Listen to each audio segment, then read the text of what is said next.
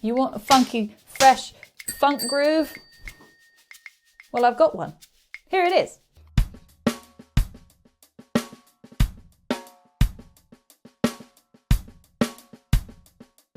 Not as complicated as it sounds. I feel like that's my motto at this point. It's just single strokes, 16th notes, 1E and a 2E and a 3E and a 4E and a. But you're doing it between the hi-hat and the snare drum. You're going to want that snare drum again to be really, really ghosty. 1E and a 2E and a 3E and a 4E and a. First of all, you can have an accent in the left on the of 1E and a.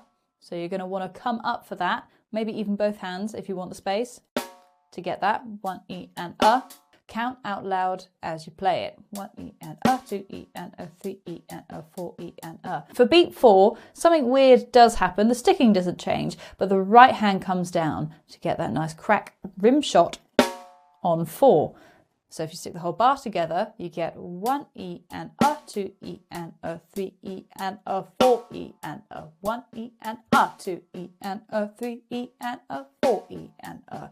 Put a bass drum on 1E and a, 2E and a, 3E and a, 4E and a, 1E, 3E and a, 4E and a. Next bass drum is on the and of 2, so same process again. 1E and a, 2E and a, 3E and a, 4E and a, 1E and a, 2E and a, 3E and a, 4E and a.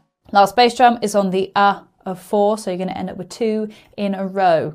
1E and a, 2E and a, 3E and a, 4E and a, 1E and a, 2E and a, 3E and a, 4E and a, 1. And the last optional detail, if you want to add a little drag, 2 little ghost notes, little bounce on the when you're playing that bass drum, it'll sound really good.